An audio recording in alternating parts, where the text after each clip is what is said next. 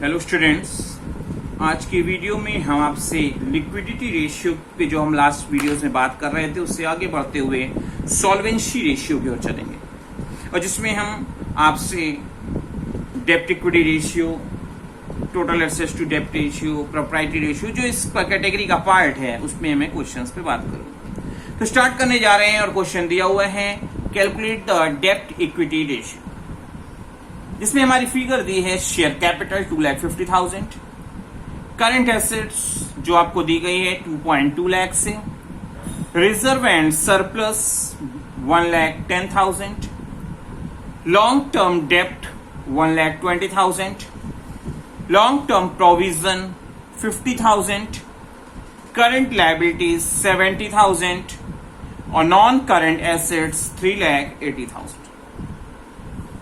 हमको निकालना है डेप्ट इक्विटी रेशियो, जिसका फॉर्मूला होता है लॉन्ग टर्म डेप्ट अपॉन शेयर होल्डर्स फंड। इसे लोग डेप्ट अपॉन इक्विटी भी लिखते हैं।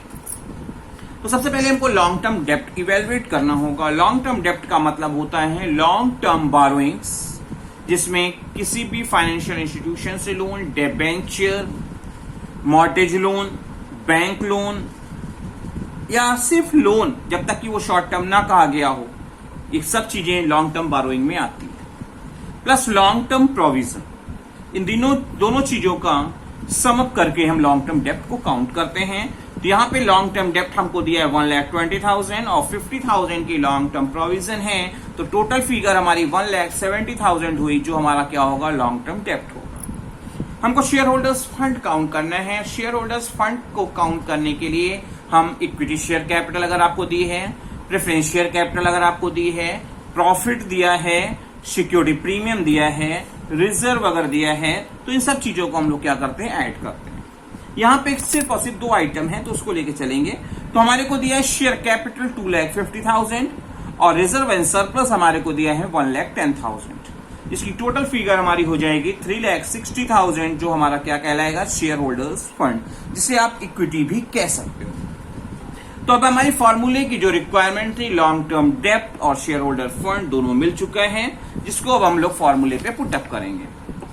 फॉर्मूले पे पुटअप करेंगे और हमारा जो आंसर होगा वो होगा 1,70,000 डिवाइडेड बाई 3,60,000 और आंसर आएगा 0.47:1।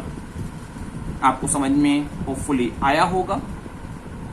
एक और क्वेश्चन ले रहे हैं ताकि आपको अगर ना आया हो तो अच्छे से और समझ सकें आप। क्वेश्चन में दिया हुआ है equity share capital ₹3 lakh, preference share capital ₹1 lakh, general reserve 1.3 lakh, security premium 40,000, PL balance. अगर यहां पे डेबिट वर्ड लिखा होता या ब्रैकेट लिखा होता वो आपका लॉस माना जाता, पर जब तक ऐसा ना लिखा हो तो हमेशा ये प्रॉफिट माना जाता है, प्रॉफिट बैलेंस माना जाता है। फिर दिया हुआ है 10% debentures 4.5 lakh, loan from bank 3.5 lakh, current liabilities 20,000। यहां पे भी क्वेश्चन में हमको डेप्ट इक्विटी रेशियो निकालना है, जिसका फॉर्मूला होता है लॉन्ग टर्म डेप्ट अपॉन शेयर होल्डर्स फंड, जो शॉर्ट में ऐसे भी लोग लिखते हैं डेप्ट अपॉन इक्विटी, मैंने वही लिखा है। तो सबसे पहले हम क्या काउंट करेंगे, लॉन्ग टर्म डेप्ट, जिसमें क्या आता है, long term burrowing plus long term provision.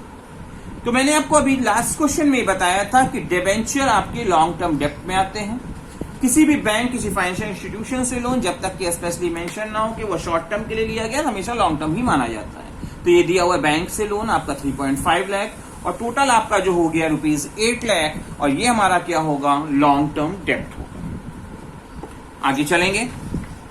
अब हमको क्या काउंट करना है, शेयर होल्डर्स फंड या इक्विटी जो भी कह सकते हैं, जिसमें हम क्या, हमारे पास जो अवेलेबल भी है वो है equity share capital, preference share capital, reserve surplus, security premium और पीएल बैलेंस। ये सब चीजों को हम क्या करेंगे, ऐड करेंगे।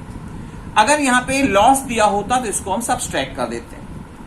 तो हमारी फिगर थी इक्विटी की 3 लाख, प्रेफरेंस शेयर कैपिटल की 1 लाख, रिजर्व सरप्लस की 1.3 लाख, सिक्योरिटी प्रीमियम की 40,000 और पीएल की जो दी गई थी वो 70,000। टोटल हो गई हमारी 6,40,000। अब हम इसे क्या करेंगे, अगर डेप्ट इक्विटी रेशियो हमको काउंट करना है तो अब फॉर्मूले पे पुटअप करना होगा। और डेप्ट इक्विटी रेशियो को पुटअप करने के लिए हमारे पास लॉन्ग टर्म डेप्ट 8 लाख है और शेयर होल्डर्स फंड हमारा जो दिया है 6.4 लाख। तो आंसर हमारा आएगा 1.25:1 का, जो हमारा डेप्ट इक्विटी रेशियो होगा। क्वेश्चन होपफुली आपको समझ में आ रहा होगा। आगे चलते हैं। दिया हुआ है फाइंड द डेप्ट इक्विटी रेशियो। क्वेश्चन में दिया हुआ है land and building 15 lakh, plant and machinery 6 lakh, intangible assets 1 lakh, inventory 5.5 lakh, trade receivable 1.7 lakh, trade payable 1.2 lakh, long term borrowing 12 lakh. हमको काउंट करना है डेप्ट इक्विटी रेशियो, जिसका फॉर्मूला है डेप्ट अपॉन इक्विटी। तो सबसे पहले हमको क्या करना होगा, डेप्ट काउंट करना होगा, जिसे लॉन्ग टर्म डेप्ट भी कह सकते हैं। तो कैसे आती है, long term burrowing plus long term provision. तो यहां पे सिर्फ और सिर्फ लॉन्ग टर्म बारोइंग दी हुई है, जो उसी को लेंगे भाई, जितना अवेलेबल उसी के हिसाब से लेंगे। तो लॉन्ग टर्म बारोइंग हमारी है 12 लाख की, तो यही हमारा डेप्ट हो जाएगा।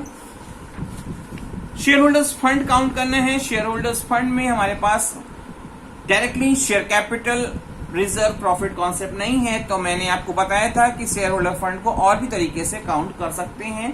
पहले वीडियो में मैंने इस पे चर्चा की थी, तो उसी का इंप्लीमेंटेशन यहां कर रहा हूं। Non current assets plus working capital और माइनस नॉन करेंट लायबिलिटीज, ऐसा करके हम लोग शेयर होल्डर फंड काउंट कर सकते हैं। क्योंकि हमको डायरेक्टली नॉन करेंट एसेट्स दी नहीं है, तो नॉन करेंट एसेट्स पहले निकालनी पड़ेगी।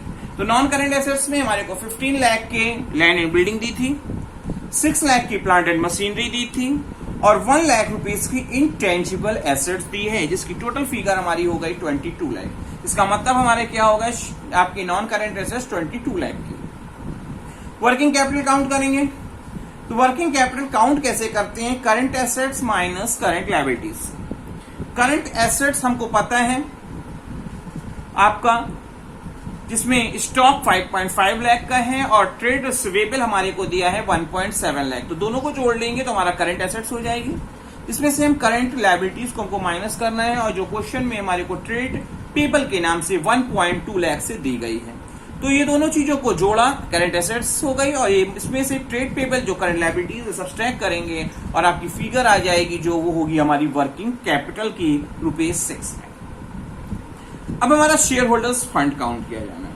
तो शेयर होल्डर फंड काउंट करते समय हम क्या करेंगे, क्योंकि हमारे को नॉन करंट एसेट्स पता चल गई 22 लाख, वर्किंग कैपिटल पता चल गई, जोड़ दिया मैंने, और नॉन करंट लायबिलिटीज जो हमारी दी गई थी 12 लाख की, डायरेक्टली दी गई थी, उसको सब्सट्रैक्ट कर दिया और हमारे को पता चल गया शेयर होल्डर्स फंड ₹16 लाख।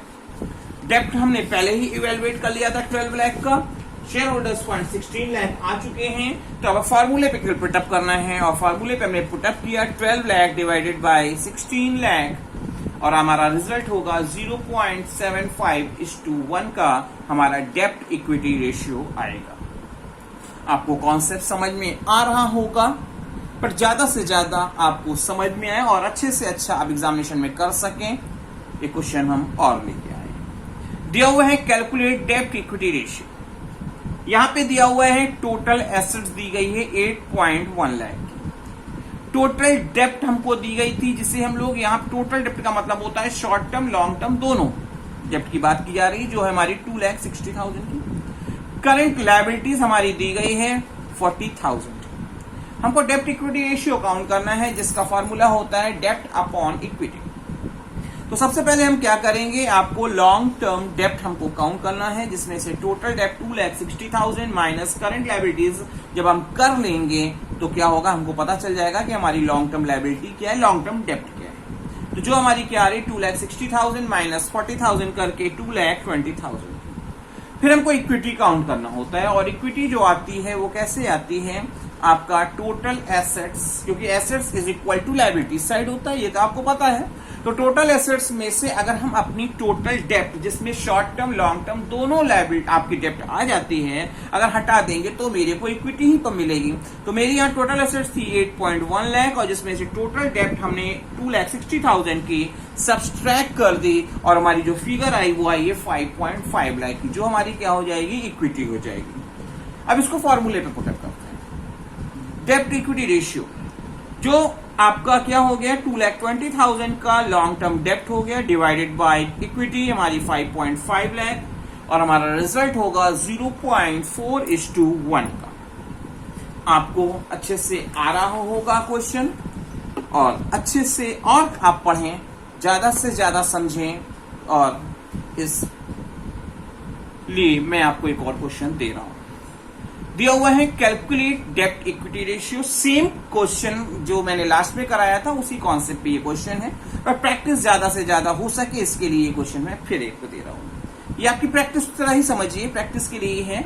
दिया हुआ है टोटल एसेट्स जैसा कि लास्ट क्वेश्चन में भी दिया था, यहाँ पे 2,30,000 की, टोटल डेप्ट 1.5 लाख, करंट लायबिलिटीज 30,000। हमको डेप्ट इक्विटी रेशियो काउंट करना है, फॉर्मूला आपको पता है जो लिखा हुआ भी है। हमको टोटल डेप्ट निकालना है, जिसमें कैसे निकालेंगे, टोटल डेप्ट माइनस करंट लायबिलिटीज करके।